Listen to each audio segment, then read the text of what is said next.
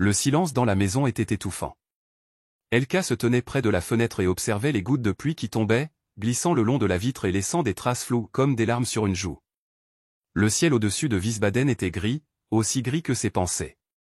C'était le 3e jour après l'enterrement de Sabine, et le vide que sa meilleure amie avait laissé semblait ne faire que s'agrandir à chaque instant qui passait.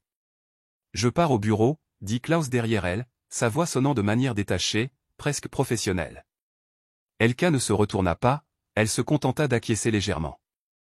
Après 28 ans de mariage, ils connaissaient les habitudes de l'autre comme leur poche.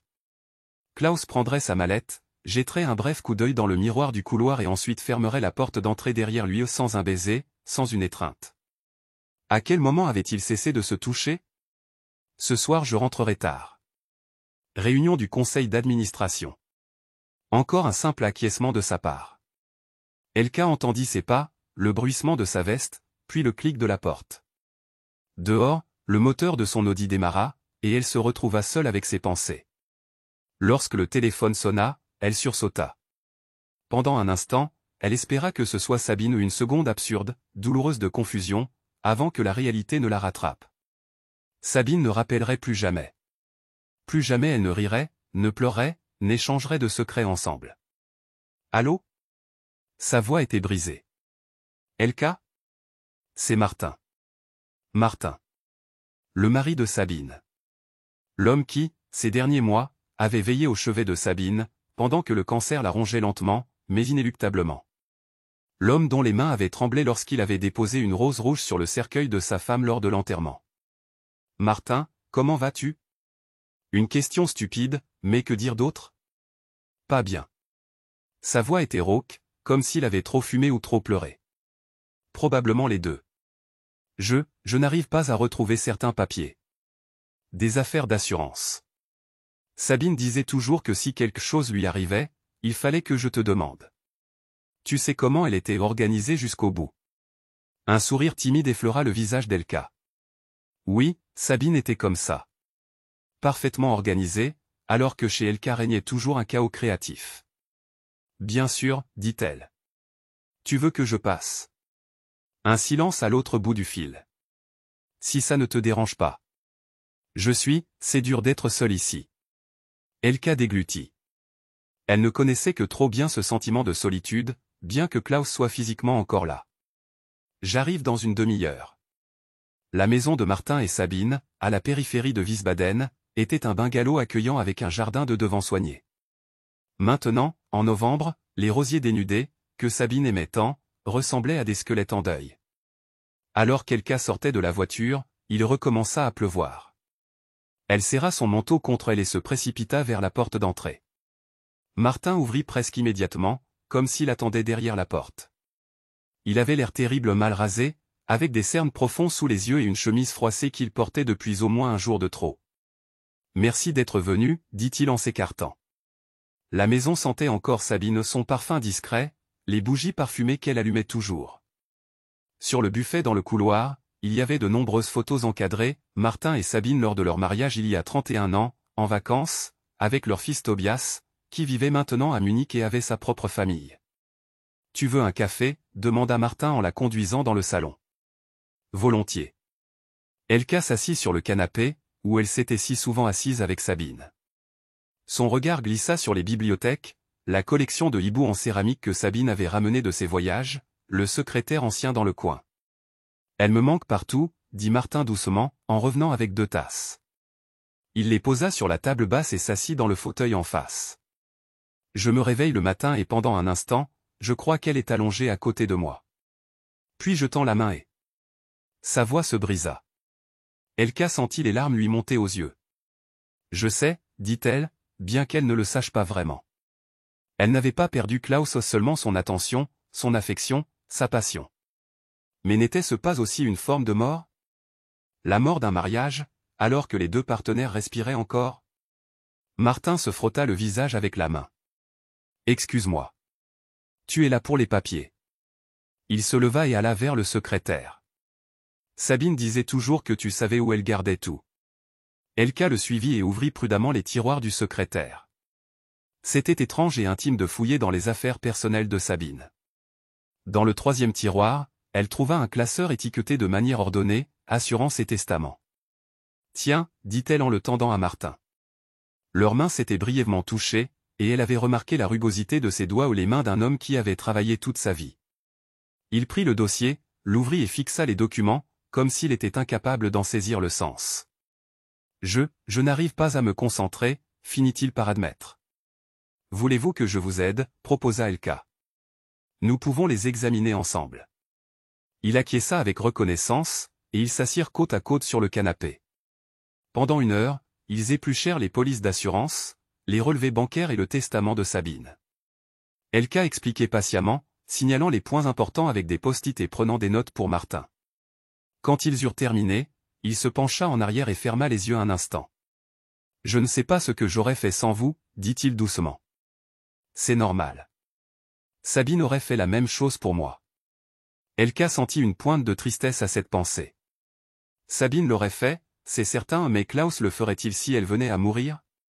Ou bien continuerait-il sa vie, peut-être même soulagé de pouvoir enfin épouser cette femme plus jeune avec qui il avait une liaison? Elka en était presque sûre depuis au moins 1 an. « Restez-vous dîner ?» demanda Martin, soudain. « Je n'ai rien de spécial, mais on pourrait commander quelque chose. Je ne supporte pas le silence. » Elka hésita. Klaus rentrerait tard, avait-il dit. Réunion du conseil d'administration. Que ce soit la vérité ou qu'il soit chez sa maîtresse, cela ne faisait finalement aucune différence. Elle dînerait seule, regarderait la télévision seule, se coucherait seule. Volontiers, dit-elle. Ils commandèrent des plats italiens et ouvrirent une bouteille de vin rouge que Sabine et Martin avaient rapporté de leurs dernières vacances en Toscane. Elle voulait qu'on la boive ensemble, expliqua Martin. Pour une occasion spéciale. Est-ce que c'est une occasion spéciale? Demanda Elka en faisant tournoyer le vin rouge rubis dans son verre. Martin la regarda par-dessus le bord de son verre. Célébrer la vie, au milieu du deuil. Je pense que ça aurait plu à Sabine. Ils trinquèrent et Elka sentit le vin lui glisser dans la gorge, chaud et réconfortant. Ils parlèrent de Sabine, de souvenirs communs, des voyages qu'ils avaient faits ensemble. Les 2 couples partaient souvent en vacances ensemble, avant que Klaus ne devienne trop occupé.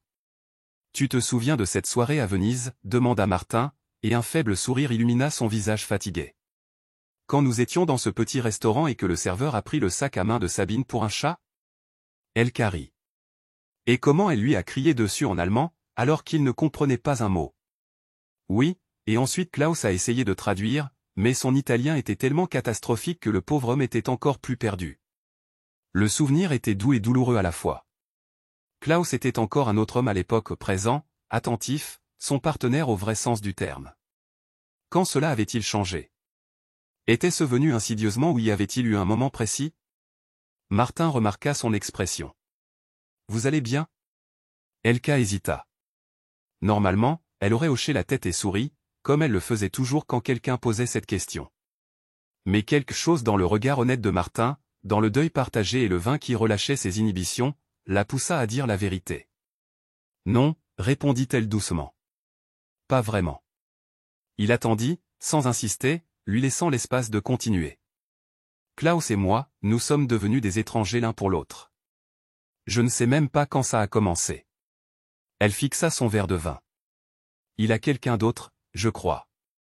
Exprimer ces mots lui faisait à la fois mal et la libérait.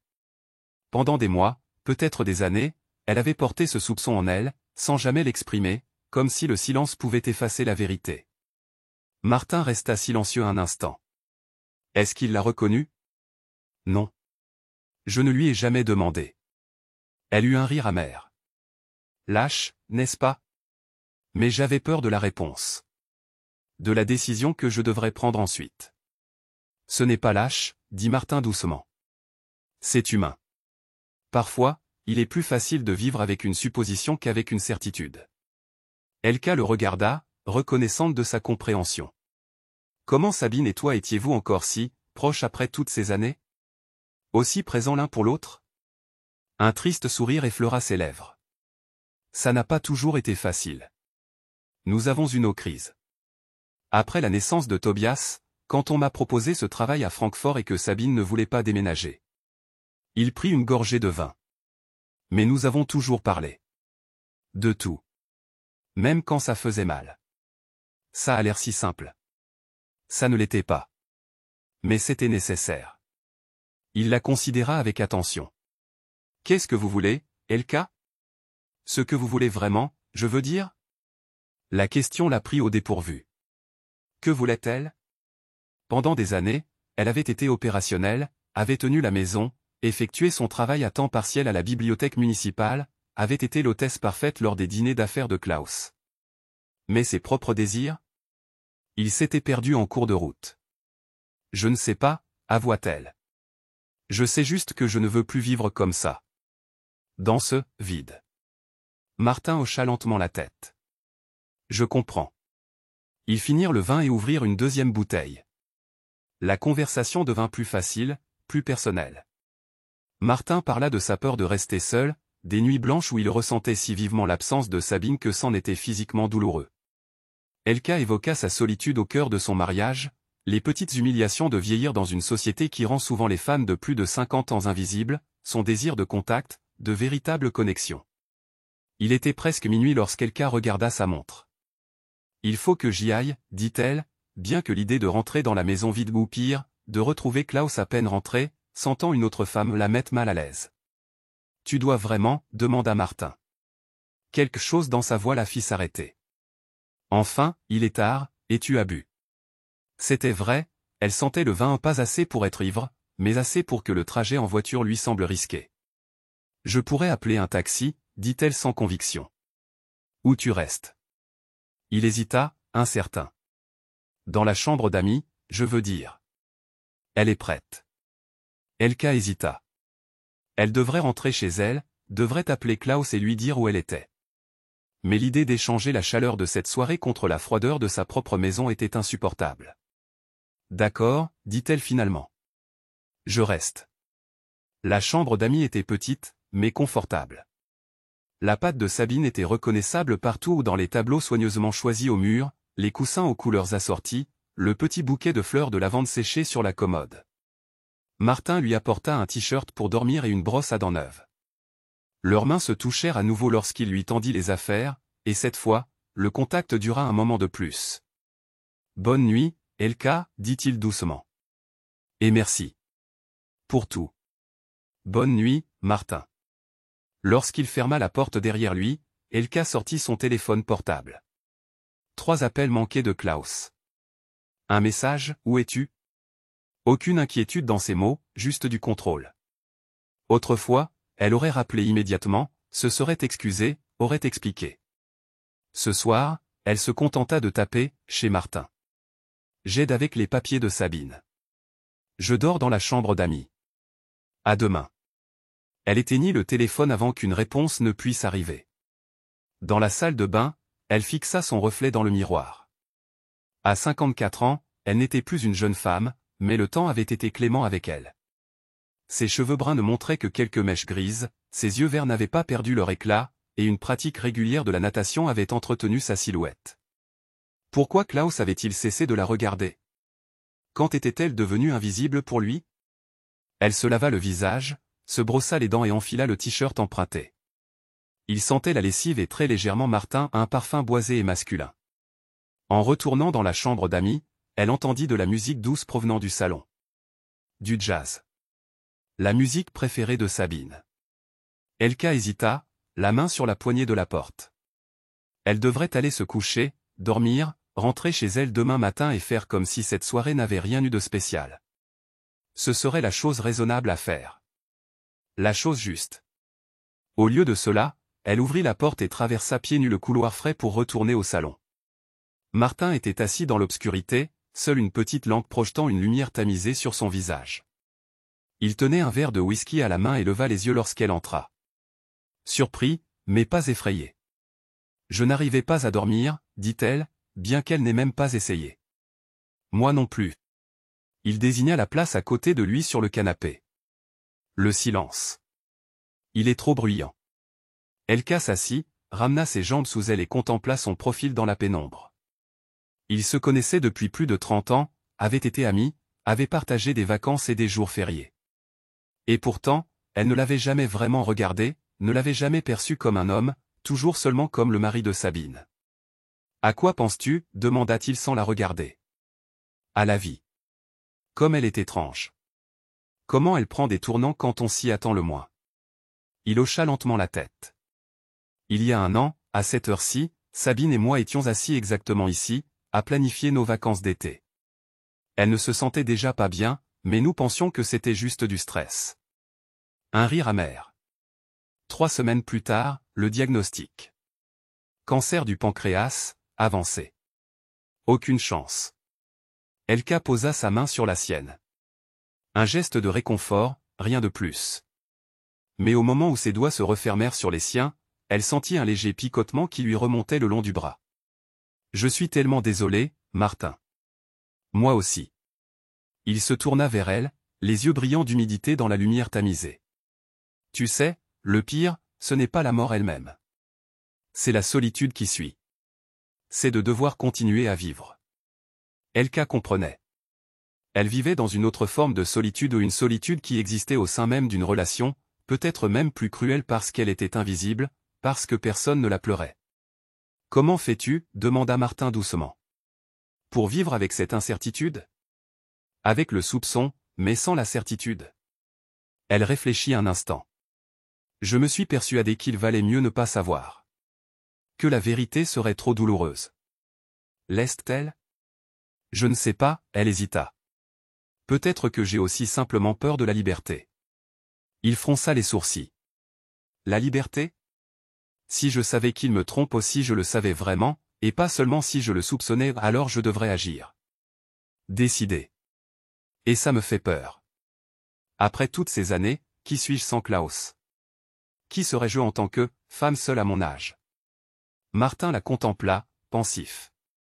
Tu serais toujours toi. Elka. Intelligente, chaleureuse, forte. Elle laissa échapper un petit rire. Forte ? Je suis tout sauf forte. Si, tu le es. Sa voix était douce, mais déterminée. Plus forte que tu ne le penses. Leurs regards se croisèrent, s'accrochèrent. Elka sentit son cœur s'emballer. Cela faisait longtemps que personne ne l'avait regardé ainsi avec un intérêt sincère, avec de la chaleur. Avec du désir ? Martin, je... Elle s'interrompit, incertaine de ce qu'elle voulait dire. Il se pencha lentement vers elle, lui laissant le temps de se retirer si elle le souhaitait. Mais elle resta assise, comme hypnotisée par la proximité, par la possibilité d'un contact qui ne soit ni fugace ni accidentel. Ses lèvres effleurèrent les siennes, doucement, avec une pointe d'interrogation. Un baiser chaste, presque innocent, et pourtant électrisant. Elka ferma les yeux, se laissa aller à la sensation. Lorsqu'elle répondit au baiser, Martin posa sa main sur sa joue, caressant délicatement sa peau. Ils se séparèrent, tous deux essoufflés, surpris par l'intensité du moment. « On ne devrait pas faire ça », murmura Elka, mais elle ne fit aucun mouvement pour se lever ou s'éloigner. « Je sais », répondit Martin. Sa voix était rauque. « Sabine. Klaus. » Ils se turent, pris au piège entre désir et culpabilité, entre aspiration et loyauté. « Je devrais aller me coucher », finit par dire Elka en se levant. Ses jambes étaient flageolantes, non pas à cause du vin, mais à cause de l'excitation qui pulsait encore dans son corps. Martin se leva également. Bien sûr. Il est tard. Ils se tenaient l'un en face de l'autre, à quelques centimètres seulement. Elka pouvait sentir son souffle sur son visage, percevoir le parfum de son après-rasage. Comme il serait facile de se blottir à nouveau dans ses bras, d'approfondir le baiser, de laisser les choses se faire. « Bonne nuit, Martin, dit-elle à la place, en se détournant.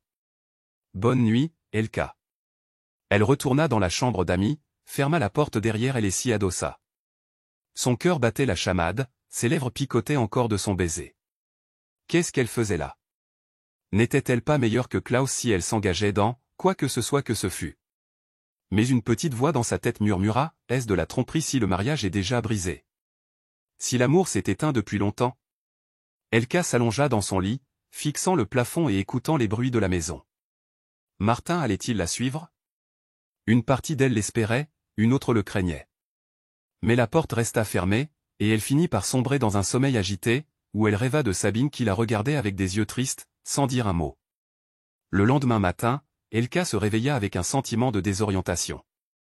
Pendant un instant, elle ne sut pas où elle était, puis les souvenirs revinrent, la mort de Sabine, la soirée avec Martin, le baiser. Elle s'assit et se frotta les yeux.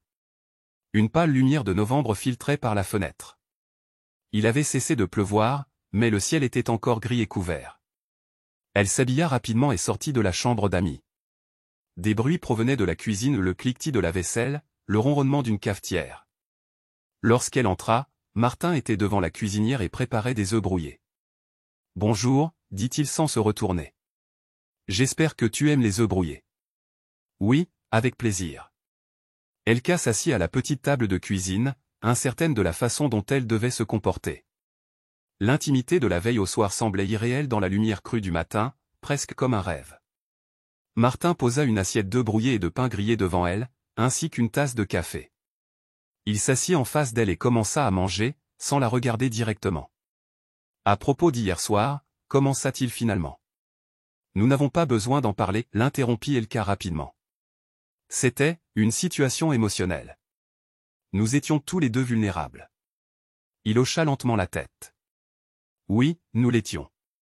Mais... Il s'arrêta, cherchant ses mots.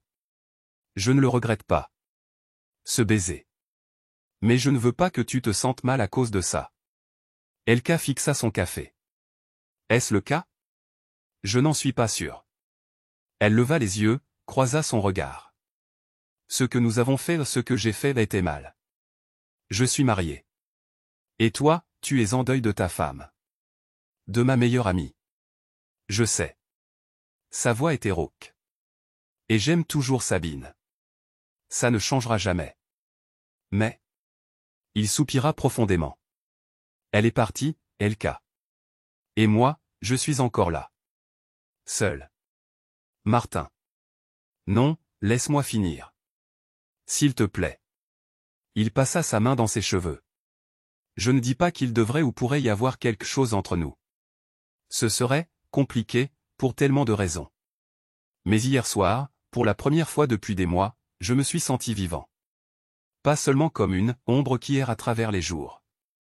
Elka ne comprenait que trop bien ce sentiment. Elle aussi, hier, s'était sentie vue, désirée, vivante, pour la première fois depuis longtemps. « Qu'est-ce qui va se passer maintenant » demanda-t-elle doucement. Martin haussa les épaules. « Ça dépend de toi. De nous deux. Mais peut-être devrais-tu d'abord. » Il hésita. « Peut-être devrais-tu parler à Klaus. » Vraiment parler. Elka hocha lentement la tête. « Tu as raison. Il est temps que la vérité éclate. Quelle qu'elle soit. » Ils terminèrent leur petit déjeuner en silence, puis Elka l'aida à faire la vaisselle. Leurs mains se touchèrent sous l'eau courante, et cette fois, ils ne se retirèrent pas. C'était un simple contact, réconfortant et chaleureux, sans la tension électrique de la veille, mais néanmoins significatif. Au moment de prendre congé, Elka reçut une brève étreinte de Martin. « Appelle-moi, dit-il. Si tu veux parler. Ou, juste comme ça. » Elle hocha la tête. « Je le ferai. » Le trajet de retour lui parut être un voyage dans un autre monde. À chaque kilomètre parcouru par Elka, l'intimité de la nuit passée semblait s'estomper davantage, comme un rêve au réveil. Et pourtant, quelque chose subsistait d'un sentiment de possibilité, de changement. Lorsqu'elle arriva devant sa maison, l'Audi de Klaus était garé dans le garage. Il était à la maison, bien que ce fût samedi matin et qu'il fût normalement au club de golf. Elka sentit son pouce accélérer. Était-il resté à cause d'elle? S'était-il inquiété? Elle entra dans la maison et trouva Klaus dans le salon, une tasse de café à la main, le journal économique sur les genoux.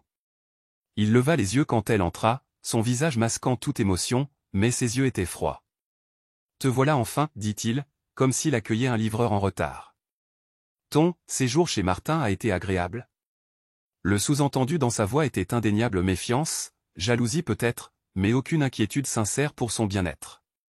Il avait besoin d'aide avec les papiers de Sabine, répondit Elka calmement. Et il s'est fait tard. Tellement tard que tu as dû y passer la nuit. Klaus posa le journal. En toutes ces années, Sabine n'a jamais mentionné que ses finances étaient si compliquées. Elka enleva son manteau et le suspendit soigneusement, pour gagner du temps. Une défense réflexe lui brûlait les lèvres, une explication, des excuses. Mais elle pensa ensuite aux mots de Martin, à la nécessité de l'honnêteté. Nous avons parlé, dit-elle à la place, et s'assit dans le fauteuil en face de Klaus. De Sabine. Du deuil. De la solitude. Les sourcils de Klaus se levèrent légèrement. Solitude? Martin est veuf depuis 3 jours. Bien sûr qu'il est seul. Pas seulement sa solitude, Klaus. La mienne aussi. Un bref silence suivit. Le visage de Klaus ne montra aucune réaction, mais sa main autour de la tasse à café se crispa légèrement. Qu'est-ce que tu racontes? De nous. De ce mariage qui n'en est plus un. Elka prit une profonde inspiration. Du fait que nous vivons côte à côte depuis des années, pas ensemble. Que tu ne me vois plus, que tu ne me touches plus. Klaus posa sa tasse, la porcelaine tinta légèrement contre la soucoupe. Je ne savais pas que tu te sentais négligé, dit-il, sa voix froide et distante. Tu aurais pu le dire. Aurais-je pu? Elka eut un rire amer. Quand, Klaus? Entre tes voyages d'affaires et tes soirées tardives au bureau? Entre tes appels téléphoniques et tes emails importants? Je travaille dur pour nous, pour notre niveau de vie, répliqua-t-il, une pointe d'agacement dans sa voix. Ça n'a jamais été un problème pour toi. Il ne s'agit pas du travail. Il s'agit du fait que tu n'es plus là, même lorsque tu es physiquement présent. Elle s'arrêta, rassembla son courage. Il s'agit du fait que je crois que tu as une liaison. Les mots restaient suspendus entre eux, pesants et inéluctables. Le visage de Klaus trahit brièvement la surprise, puis il se referma. C'est absurde, dit-il, mais ses yeux glissèrent furtivement sur le côté, évitant son regard. Vraiment? Elka se pencha en avant. Regarde-moi, Klaus. Regarde-moi et dis-moi que je me trompe. Un long silence suivit. Klaus fixa ses mains, puis le tapis, enfin une photo accrochée au mur, leur photo de mariage, vieille de presque 3 décennies. Quand il finit par parler, sa voix était lasse. Qu'est-ce que tu veux entendre, Elka? Que j'ai été faible? Que j'ai été attiré par quelqu'un d'autre? Oui, il y a eu quelqu'un. Il y a quelqu'un. Mais ce n'est pas ce que tu crois. Une douleur sourde se répandit dans la poitrine d'Elka, malgré le fait qu'elle s'y était déjà préparée, qu'elle le savait presque. Entendre la confirmation était néanmoins comme un coup de poing. Alors, comment est-ce? Demanda-t-elle, surprise par le calme de sa propre voix. Klaus se leva, s'approcha de la fenêtre, regarda dehors. Elle s'appelle Katharina. Elle travaille au service marketing. Elle a. Il s'interrompit. Elle a 35 ans. Presque 20 ans de moins qu'Elka. Bien sûr. Depuis combien de temps? 8 mois. Il se retourna, la regarda enfin. Ça a commencé lors d'un voyage d'affaires à Berlin. Je n'avais pas prévu que ça arrive. C'était un moment de faiblesse. 8 mois, ce n'est pas un moment, Klaus. Elka sentit des larmes lui brûler les yeux, mais elle les chassa en clignant des paupières. C'est une décision. Une décision que tu as prise chaque jour. Il acquiesça lentement. Oui. Tu as raison. Cet aveu la surprit. Elle s'attendait à des dénégations, à des excuses, à un renversement de la culpabilité. Pas à cette acceptation silencieuse. Tu l'aimes? La question n'était guère plus qu'un murmure. Klaus resta silencieux un instant. Je ne sais pas, finit-il par dire. Je me sens jeune avec elle. Désiré. Important. Il se frotta le visage. Avec toi, ces dernières années, j'avais l'impression de n'être plus que le soutien de famille. L'homme qui paie les factures. Et as-tu jamais pensé à ce que je ressens, moi? La voix d'Elka monta d'un ton. En tant que femme qui ne fait plus que le ménage? Qui sourit et hoche la tête lors de tes dîners d'affaires? Qui est seule au lit la nuit et se demande ce qu'elle a fait de mal? Elka, je. Il s'interrompit, incapable de savoir comment continuer. Veux-tu être avec elle? Demanda-t-elle directement. Veux-tu mettre fin à notre mariage? Klaus se rassit sur le canapé, semblant soudain plus vieux, fatigué. Je ne sais pas, avoua-t-il. Une partie de moi n'imagine pas une vie sans toi. Nous avons traversé tellement d'épreuves ensemble, partagé tant de souvenirs. Il marqua une pause. Mais une autre partie, je ne sais pas si nous pouvons retrouver ce que nous avons eu autrefois. Elka contempla l'homme avec qui elle avait passé la moitié de sa vie. Elle l'avait autrefois aimé si fort que ça faisait mal. Maintenant, elle ressentait surtout de la fatigue. Et une étrange forme de soulagement, la vérité était enfin dite, elle ne planait plus comme un fantôme entre eux. J'étais chez Martin hier soir, dit-elle lentement. Nous avons parlé, bu, nous nous sommes souvenus de Sabine. Et elle prit une grande inspiration. Nous nous sommes embrassés. La tête de Klaus se releva brusquement, la surprise et quelque chose qui pouvait être de la jalousie brillèrent dans ses yeux. Toi et Martin. Ce n'était qu'un baiser, dit-elle. Rien de plus. Mais ça m'a fait réaliser quelque chose. Que moi aussi, je me sens seul depuis longtemps. Invisible. Intouché. Un long silence suivit. Dehors, des nuages passèrent devant le soleil, plongeant le salon dans une lumière crépusculaire. Qu'est-ce qu'on fait maintenant, demanda finalement Klaus. Elka réfléchit. La question n'était plus de savoir si leur mariage était sauvable, les fissures étaient trop profondes, les blessures trop récentes. La question était de savoir comment ils allaient avancer à partir de là. J'ai besoin de temps, dit-elle. De distance. Pour découvrir ce que je veux. Qui je suis sans toi. Klaus acquiesça lentement. Je comprends. Je vais aller chez ma sœur à Munich. Pendant quelques semaines, peut-être. La décision se formait au fur et à mesure qu'elle parlait. Quand je reviendrai, on reparlera. On décidera de la suite. Et d'ici là? D'ici là, tu devrais réfléchir à ce que tu veux vraiment, Klaus. Si tu es prêt à te battre pour ce mariage. Ou si nous devrions nous séparer. Prononcer ces mots faisait mal, mais c'était une douleur purificatrice. Comme retirer une écharde qui était restée trop longtemps sous la peau. Klaus se leva, s'approcha d'elle et s'assit à côté d'elle sur la coudoir du fauteuil. Prudemment, comme s'il craignait qu'elle ne recule. Il prit sa main dans la sienne, un geste autrefois si familier et qui semblait maintenant presque étranger. Je suis désolé, dit-il doucement. Pour tout ce que j'ai fait. Et pour tout ce que je n'ai pas fait. Elka lui serra la main, puis la relâcha. Moi aussi, dit-elle. 3 semaines plus tard, Elka gara sa voiture devant la maison de Martin. Les rosiers du jardin étaient désormais emmitouflés de protections hivernales, et une couronne de lavant était accrochée à la porte. Noël approchait, le premier Noël sans Sabine pour Martin. Elle lui avait écrit de Munich, de brefs messages amicaux. Il avait répondu, avec la même prudence, respectueux de l'espace dont elle avait besoin. Pas un mot sur cette fameuse soirée, sur le baiser, sur les possibilités qui s'étaient offertes à eux. Quand elle sonna, Martin ouvrit presque aussitôt. Il avait meilleure mine que lors de leur dernière rencontre, moins épuisée, les ombres profondes sous ses yeux avaient disparu. Il portait un pull bleu marine qui mettait ses yeux en valeur.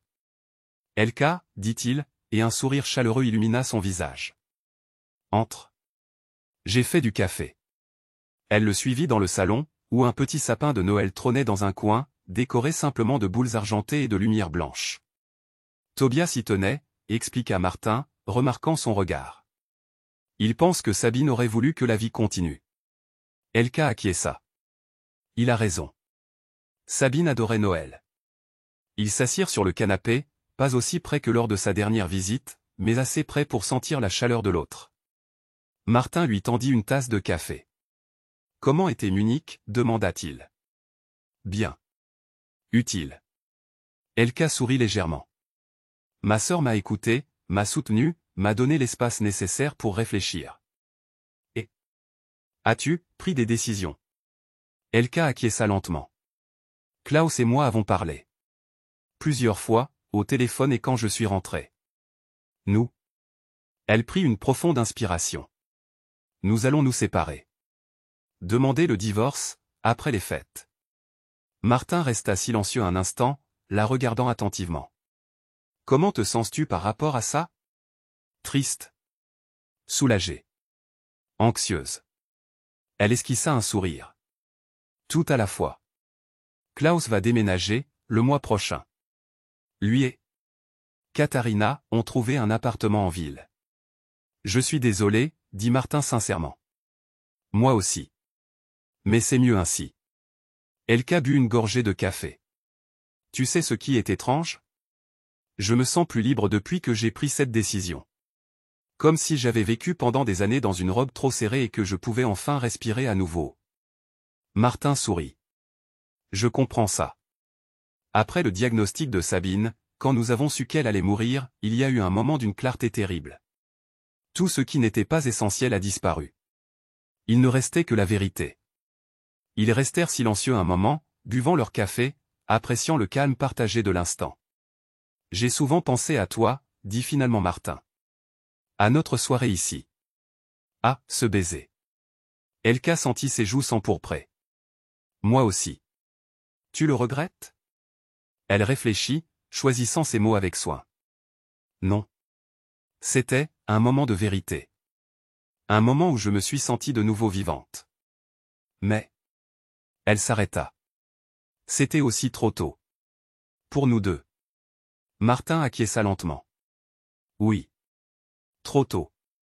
Il prit sa main, la serra doucement. Mais peut-être, un jour? Elka lui rendit la pression de sa main. Un jour, acquiesça-t-elle. Quand nous serons tous les deux prêts. Quand les blessures seront cicatrisées. Ils se regardèrent, et dans leurs yeux brillait une promesse, pas pour demain, pas pour la semaine prochaine, peut-être même pas pour l'année prochaine. Mais pour un temps où ils auraient tous les deux fait le deuil de leur passé, où ils pourraient s'approcher l'un de l'autre sans culpabilité et sans tristesse. Tu restes dîner, demanda Martin. Rien de romantique, ajouta-t-il rapidement. Juste deux amis qui s'aident mutuellement à traverser une période difficile. Elka sourit, un sourire vrai, chaleureux, le premier depuis longtemps qui touchait son cœur. Volontiers, dit-elle. Ça me paraît parfait. Dehors, il commençait à neiger, de fins flocons blancs qui tombaient doucement sur la terre, baignant tout dans une lumière pure et nouvelle. Un symbole approprié, pensa Elka, pour le nouveau départ qui s'offrait à elle.